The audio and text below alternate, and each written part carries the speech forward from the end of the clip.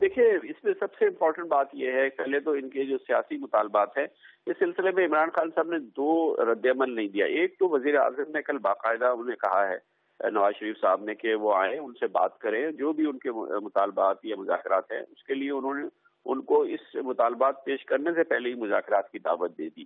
اور تو یہ ایک سنجیدہ دعوت ہے جو وزیر اعظم نے دی ہے، تو اس کو رسپونڈ ضرور کرنا چاہیے اس سیاسی جماعت کے سربراہ کی حیثیت سے عمران خان صاحب کو، جائیں اور دیکھیں کہ ان کے مطالبات جو ہے، جو کہ کافی حد تک جو الیکشن کمیشن یا الیکشن کے نظام کے بارے میں مطالبات ہیں وہ بڑے جائز مطالبات ہیں، اور اس پر میں نہیں سمجھتا کہ کسی بھی سیاسی جماعت کو یا حکومت کو کوئی اعتراض ہو سکتا ہے۔ پاکستان کے عوام یہ چاہتے ہیں کہ گزشتہ انتخابات میں جو بدنظمی دیکھنے میں آئی ہے، جو غیر شفافیت دیکھنے میں آئی ہے، وہ ریپیٹ نہ ہو، اور اس کے لیے عمران خان صاحب کے تحریک انصاف کے مطالبات بہت جائز ہے۔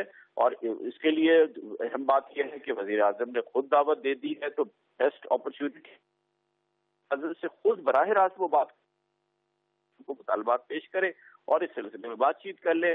دوسرے جو ان کا ایک اور مطالبہ ہے کہ 4 نشستوں اور اس حوالے سے جو دھاندلی کے حوالے سے، تو اس میں بھی دیکھیں حکومت کا ایک بڑی پیشکش موجود ہے۔ پارلیمنٹ کے فلور پر، قومی اسمبلی کے فلور پر وزیر داخلہ چودھری نثار علی خان نے کہا ہے کہ ہم ایک پارلیمانی کمیٹی بنا دیتے ہیں۔ ایک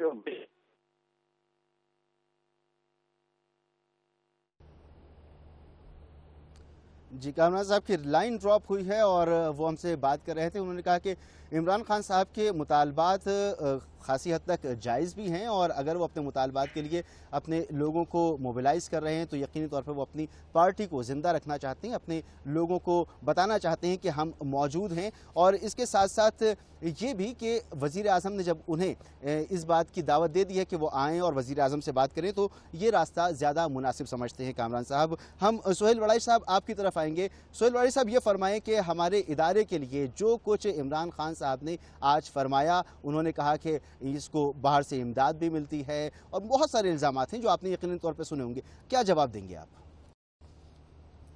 پہلی بات تو یہ ہے کہ عمران خان صاحب گورنمنٹ ان ویٹنگ ہیں۔ دنیا بھر کے جمہوری ممالک میں جو اپوزیشن کے بڑے رہنما ہوتے ہیں ان کے بارے میں تصور کیا جاتا ہے کہ ان کی حکومت آ سکتی ہے، آنے والی ہے، اور وہ اس کی تیاری کرتے ہیں۔ آج انہوں نے بہت ساری باتیں معقول تھیں، مطالبات بڑے معقول تھے، جس طرح الیکشن ریفارمز کے بارے میں بالکل جائز باتیں تھیں ان کی، اور جو 4 حلقوں کی کاؤنٹنگ والی بات ہے میں اسے بھی جائز سمجھتا ہوں۔ اور لیکن جو انہوں نے ہمارے ادارے کے بارے میں باتیں کیں ان میں سے بہت سی باتیں بالکل بے بنیاد، بغیر ثبوت کے تھی۔ مثلا انہوں نے یہ کہا کہ جی اس ادارے کو پیسے ملتے ہیں۔ اب حقیقت یہ ہے کہ یہ الزام پہلی دفعہ پیمرا کی ایک رپورٹ میں سامنے آیا۔ بعد میں جب سپریم کورٹ میں پیمرا کے چیئرمین اور دوسرے اہلکاروں کو بلایا گیا تو انہوں نے اس کی باقاعدہ معافی مانگی، اس الزام کو واپس لیا، اور آج تک بس یہی وہ چیز ہے جو ریکارڈ پہ آئی ہے کہ اس پر باقاعدہ معافی مانگی گئی ہے۔ جب اس کا کوئی ثبوت کوئی لائے گا، کوئی بات ہوگی، پھر تو بات کرنا جائز ہے، وگرنہ عمران خان صاحب آپ جیسے شخص سے اس طرح کے الزامات کی توقع نہیں ہے۔ پھر انہوں نے یہ کہا کہ جی مشرق کے بارے میں، مشرقی سرحد کے بارے میں تو امن کی آشا کی بات کی جاتی ہے، جبکہ مغربی سرحد پر اگر امن کی بات کی جائے تو مجھے طالبان خان کہہ کر پکارا جاتا ہے۔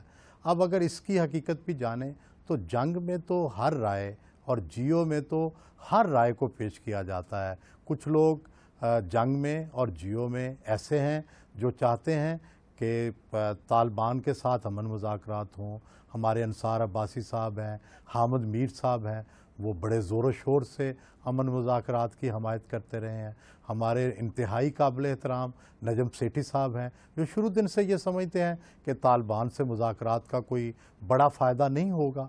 تو یہ دونوں آراء اسی طرح التزام سے، اسی طرح احترام سے برابر چھپتی رہی ہیں، اور لوگ اس سے اپنی اوپینین بناتے ہیں۔ اب اس لیے کہ ادارے کو الزام دے دینا، انتظامیہ کو کہہ دینا کہ آپ ذمہ دار ہیں، میرا خیال ہے بالکل جائز نہیں ہے۔ اگر جنگ اور جیو کو سسٹم کو دیکھنا ہو، یہ ایسا انڈیپینڈنٹ سسٹم ہے۔ مثلا میں جنگ کے اوپینین پیجز کو دیکھتا ہوں، کالمز کو دیکھتا ہوں، تو ہر بندہ لکھنے میں آزاد ہے. آپ جنگ میں بہت سارے لوگ جو لکھتے رہے ہیں، آپ دوسرے اخباروں میں ہیں، ان سے پوچھیں، یا جو آج لکھنے والے ہیں ان سے پوچھیں. مثلا حسن نثار صاحب کتنے آزاد طبع آدمی ہیں. منو بھائی کی ایک اپنی سوچ ہے، نجم سیٹھی صاحب کی ایک اپنی سوچ ہے. اسی طرح دائیں بازو کے بہت سے لوگ ہیں جو امن کی آشا کے خلاف لکھتے ہیں. مثلا ڈاکٹر مجاہد منصوری صاحب ہیں، حسین پراچا صاحب ہیں. یہ امن کی آشا جو جنگی کا پروگرام ہے اس کے اوپر بھی اس کے خلاف لکھتے ہیں. یہ سارا کچھ چھپتا ہے. ہم کسی سے ڈکٹیشن نہیں لیتے. میں یہ کہنا چاہتا ہوں ہم اپنے مالک سے بھی ڈکٹیشن نہیں لیتے. ہم ایک پروفیشنل سسٹم کے تحت کام کرتے ہیں. ایک ایڈیٹوریل بورڈ ہے. ہاں ان کے تجربے سے کبھی رہنمائی لیتے ہیں، لیکن ہر ایک اپنی رائے کے اظہار میں آزاد ہے اور وہ اپنی اپنی رائے کا اظہار کرتا ہے. اور اسی طرح جیو کے اندر ہے. ہاں اگر کسی کو میری رائے سے اختلاف ہو یا اس کالم نگار کی یا اس تبصرہ نگار کی یا تجزیہ کار کی رائے سے اختلاف ہو تو وہ کیا جا سکتا ہے، لیکن پورے ادارے کو مگر پورے ادارے کو اس طرح سے مورد الزام نہیں ٹھہرانا چاہیے.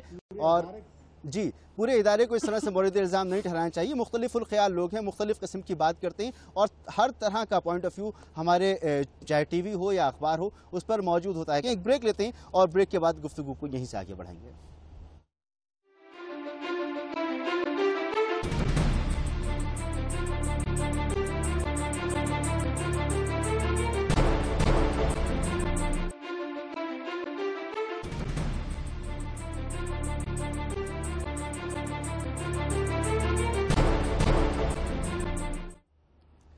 دھرنا ورنا ٹرانسمیشن میں ایک بار پھر آپ کو خوش آمدید. کامران صاحب، آج ہم نے دیکھا جلسے کے اندر کہ جیو کے جنازہ نکالا گیا، اس پر جیو مرد آباد، افتخار محمد چودھری صاحب کے بارے میں اس طرح کی چیزیں لکھی گئیں اور یہ سب کچھ بالکل اسٹیج کے سامنے ہو رہا تھا. عمران خان صاحب ہوں، ان کے ساتھ ان کے دیگر ساتھی ہوں، خاصے معتبر لوگ سمجھے جاتے ہیں، ان کے سامنے اس طرح سے آپ احتجاج بھی کرتے ہیں تو احتجاج کا بھی کوئی طریقہ ہوتا ہے، کوئی لحاظ رکھا جاتا ہے کہیں پر.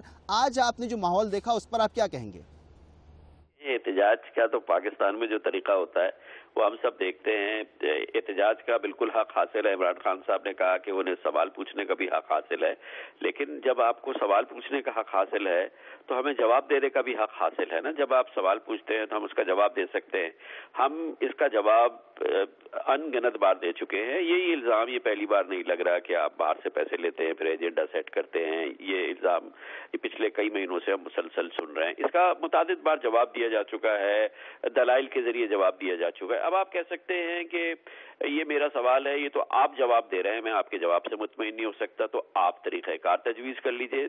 ایک معتبر اور سنجیدہ طریقہ تو یہی ہوگا نا کہ آپ بتا دیجئے کہ کس طریقے سے آپ جو الزام لگا رہے ہیں، جو کہ انتہائی سنگین الزام ہے، اب میں ثابت کروں کہ یہ آپ کا الزام 100% غلط ہے اور پھر اس کے بعد آپ کو غلط الزام لگانے کے حوالے سے میں قانون کے حوالے سے آپ کی گرفت کروں، تو اس کے لیے کوئی طریقہ کار آپ ہی تجویز کر دیجئے.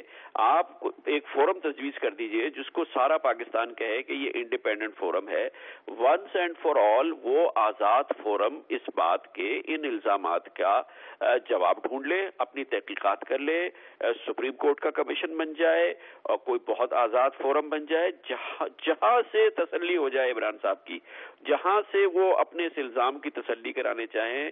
میں اس وقت ادارے کے ترجمان کی حیثیت سے نہیں بول رہا، لیکن میں اس ادارے کے سب سے سینئر صحافی کی حیثیت سے بول رہا ہوں کہ مجھے پورا یقین ہے کہ یہ ادارہ اس کسی بھی اسکروٹنی کا سامنا کرنے کے لیے تیار ہوگا.